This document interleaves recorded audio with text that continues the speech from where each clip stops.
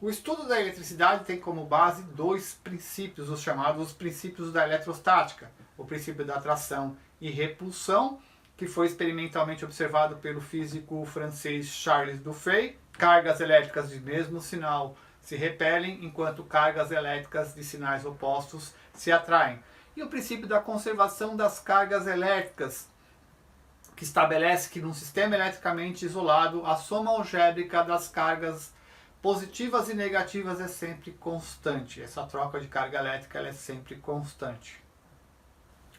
Os processos de eletrização, nós sabemos que na natureza os corpos se apresentam eletricamente neutros, ou seja, eles têm a mesma quantidade de cargas positivas e negativas. Os processos de eletrização, então, vão ser aqueles responsáveis por estabelecer uma diferença nessa quantidade de carga elétrica e, portanto, eletrizar um corpo. Os processos são três: atrito, contato e indução. No processo de eletrização por atrito, os corpos inicialmente neutros são atritados e trocam elétrons entre si. No final, um corpo fica eletrizado positivamente e o outro negativamente. Note que, pelo princípio da conservação da carga elétrica, a quantidade de carga elétrica em módulo nos dois corpos é a mesma. Na eletrização por contato, diferentemente do atrito, nós precisamos pelo menos de um corpo eletrizado e um corpo neutro. O processo é simples, basta que um corpo entre em contato com o outro para trocar carga elétrica e no final os corpos ficam eletrizados com cargas de mesmo sinal. Nesse processo é particularmente importante que os corpos, pelo menos o corpo que está neutro, seja um condutor de eletricidade para que facilite essa troca de carga elétrica entre os dois corpos. De novo, pelo princípio da conservação da carga elétrica, no final os corpos A e B, se forem idênticos, vão ficar com a mesma quantidade de carga elétrica. A eletrização por indução é um pouquinho mais complexa e utiliza-se do princípio da atração e repulsão. Nesse processo de eletrização nós temos um corpo eletrizado chamado de indutor e um corpo neutro chamado de induzido. O processo consiste em aproximar o indutor do induzido e com isso nós teremos uma separação de carga elétrica, como visto aqui na nossa figura. Perceba que nesse momento há somente uma separação de cargas elétricas por indução, ou seja, pelo primeiro princípio da eletrostática, se o corpo for negativo ele vai atrair cargas positivas e repelir cargas negativas. Para que o processo de eletrização ocorra, é necessário que, na presença do indutor, o induzido seja conectado, ligado à Terra. Isso faz com que ele passe a trocar carga elétrica e no final do processo, a eletrização por indução, teremos corpos eletrizados com cargas de sinais contrários. Mas como fazemos para saber se um corpo está ou não eletrizado? Vamos utilizar um dispositivo chamado de eletroscópio. O eletroscópio é justamente aquele dispositivo que vai verificar se um corpo ou material está ou não eletrizado, sem contudo identificar o sinal da sua carga elétrica. Os dois tipos de eletroscópio mais utilizados são o pêndulo eletrostático, esse que aparece na figura aqui, e o eletroscópio de lâminas ou folhas, esse outro eletroscópio que aparece para vocês aqui. Bom, pessoal, então essa foi a nossa parte teórica do processo de eletrização e dos princípios da eletrostática. Agora a gente vai lá para o quadro para fazer uma aplicação. Vem comigo? Bom, então vamos às nossas aplicações. Então, na tela nós temos o primeiro exemplo, é um exemplo de indução, né? Então eu tenho duas esferas idênticas, metálicas, X e Y, que estão fixas, isoladas e afastadas uma da outra. Tá? O X está carregado eletricamente com carga positiva e o Y está eletricamente neutro. Eu vou fazer dois procedimentos, dois experimentos e vou completar essas lacunas. Então, a esfera Y é aproximada de X sem que elas se toquem, ou seja, indução. O que vai acontecer aqui? X é uma esfera eletricamente positiva, por indução, ou a gente utilizando o primeiro princípio da eletrostática, ela vai fazer uma divisão aqui. Então a esfera X vai atrair as cargas negativas e repelir as cargas positivas. Portanto, eu vou verificar que X atrai Y, Y atrai X. Então aqui, nesse caso, verifica-se experimentalmente que a esfera X é atraída pela esfera Y, por um processo de indução. Perceba que uma carga neutra é sempre atraída por uma carga eletrizada por conta desse processo de indução. A esfera Y é aproximada de X sem que elas se toquem. Enquanto mantida nessa posição, faça uma ligação da esfera Y com a Terra usando um fio condutor. Ainda nessa posição, aproxima-se X e interrompe-se o contato com a Terra. Então afasta-se novamente Y de X. Ou seja, ele está descrevendo aqui como é que se processa uma eletrização por indução. Então lembra que na eletrização por indução eu vou ter os corpos eletrizados com cargas de sinais opostos. Veja, eu tenho uma carga positiva aqui, um corpo eletrizado positivamente, ele vai atrair elétrons. Então se eu fizer a ligação à Terra aqui, o que vai acontecer? Eu vou estar puxando elétrons, tá? E portanto esse corpo ele vai essa eletricamente eletrizado negativamente, né? Quando eu corto essa ligação à Terra, eu vou ter um corpo com mais elétrons do que prótons e, portanto, o Y vai ficar eletricamente negativo. Então, esse é o processo de eletrização por indução.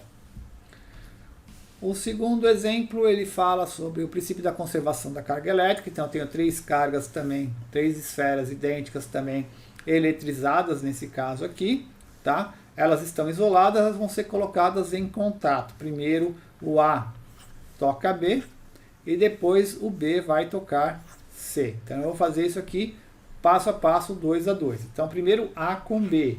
Quando A toca a esfera B, o que vai acontecer? O A tem uma carga de 20 microcoulomb, o B tem uma carga de menos 2. Então vai ficar 20 mais menos 2 dividido por 2. Por que dividido por 2? Porque elas são idênticas. No final eu vou ter 18 dividido por 2, ou seja, no final a carga de A e a carga de B serão respectivamente iguais a, primeiro a carga de A, né? Vou colocar aqui, ó, que a linha. Então o A ficou após esse processo com 9 microcoulomb e o B, o QB' ficou também com 9 microcoulomb de carga. Eu vou levar esse B para fazer um contato com a esfera C. Então quando chegar aqui, a esfera B vai tocar a esfera C. Nesse momento o B já tem uma carga de 9, porque ele trocou carga com o A. Então eu farei 9 mais a carga de C. A carga de C é menos 6, mais menos 6. E vou dividir por 2. Por quê? Porque as esferas são idênticas. Então eu vou ter aqui 3 dividido por 2 e no final eu vou ter 1,5 microcoulomb para B e para C. Então, após o contato, quais serão as cargas de A, B e C? Então, após o contato, o A ficou com, o A', né, 9 microcoulomb. O B, no final de todo o processo, ficou com 1,5 microcoulomb. E o C também ficou com 1,5 microcoulomb. Percebam que aqui eu estou aplicando o princípio da conservação das cargas elétricas. Então, a quantidade de carga elétrica no começo tem que ser igual à quantidade de carga elétrica no final. Então, se eu somar tudo no começo aqui, quanto que eu tenho? 20, menos 2, 18, menos 6, 12. Então, a quantidade de carga no começo do processo, ela é 12 microcoulomb. Okay? Se eu fiz o processo de troca de carga aqui corretamente, no final também vou ter 12. Então aqui no final eu tenho 9 mais 1,5 mais 1,5, ou seja, 9 mais 3. No final eu também tenho 12 microcoulomb, tá? Ok? Então aqui nós aplicamos o princípio da conservação da carga elétrica. Nosso terceiro exemplo é um exemplo melhorado daquele que a gente estava fazendo. Então é um problema também de princípio da conservação de carga elétrica, só que um pouquinho mais complexo. Então eu tenho um sistema eletricamente isolado que contém 3 corpos idênticos, com cargas não idênticos, aqui ele não está falando que é idênticos, com cargas 4, menos 8 e 0. Então o A tem carga 4, o B tem carga menos 8 e o C tem carga 0, ou seja, ele é nulo. Verifica-se Ulterior processo de transferência de elétron entre eles ficando no final, ou seja, após o contato entre eles, no final eu tenho uma carga A de 2, uma carga B de menos 5,2. Então ele dá a carga elementar e ele quer saber, primeiro, qual que é a quantidade de carga elétrica no sistema. Basta que a gente faça uma soma simples de 4 menos 8 mais 0. Então 4 menos 8 mais 0, então no começo eu tenho uma quantidade de menos 4 coulombs. Tá? Essas três cargas juntas, esses três corpos juntos, tem uma carga total de menos 4 coulombs. Qual que é a carga final do corpo C? Então eu vou fazer o seguinte aqui, eu vou fazer o princípio da conservação da carga elétrica, a quantidade de carga inicial é igual à quantidade de carga final. Então no inicial eu tenho uma quantidade de carga de menos 4. No final o que, que eu vou ter? O A com 2, o B com menos 5. Então eu vou ter QA mais o QB mais o QC, certo? Resolvendo essa equação, basta que eu faça esse 2 para cá, eu vou passar o 2 para lá e o menos 5,2, vou ficar com menos 4. Menos, vou tirar esse C daqui, menos 4. Menos 2 mais 5,2 igual a QC', na verdade aqui é QC', ok? Portanto, a quantidade de carga do C no final vai ser menos 6 mais 5,2, ou seja, menos 0,8 coulomb. Então, após um processo de troca de carga nesse sistema com três corpos isolados A, B e C, após essa troca de carga, você ficou com menos 0,8 coulombs. Tá? Letra C. A quantidade de elétrons que o corpo C ganhou ou perdeu. Na verdade, ele ganhou porque ele ficou eletrizado negativamente, ele era neutro no começo. Ok? Quantos elétrons ele ganhou? Então, vou fazer aqui a quantidade de carga elétrica igual a N vezes a carga elementar E. Então, menos 8. Menos 0,8 vai ficar menos 8 vezes 10 a menos 1, ok? Vou tirar esse menos daqui e vou trabalhar em módulo. Então 8 vezes 10 a menos 1 é igual a N, que é a quantidade de elétrons que ele ganhou, vezes a carga elementar, 1,6 vezes 10 a menos 19, ok? Se eu colocar esse menos aqui, eu tenho que colocar o menos aqui também, porque isso aqui é elétron, tá? Resolvendo isso daqui, eu chego que o N vai ser igual a 8 vezes 10 a menos 1, dividido por 1,6 vezes 10 a menos 19. Ou seja, 8 dividido por 1,6 dá 5,0. Aqui vai ficar menos 1 mais 19, ou seja, 10 a 18 elétrons. Ok? Então, lá, a quantidade de elétrons que o corpo ganhou ou perdeu, ele ganhou quantos elétrons? 5 vezes 10 a 18 elétrons. Ok?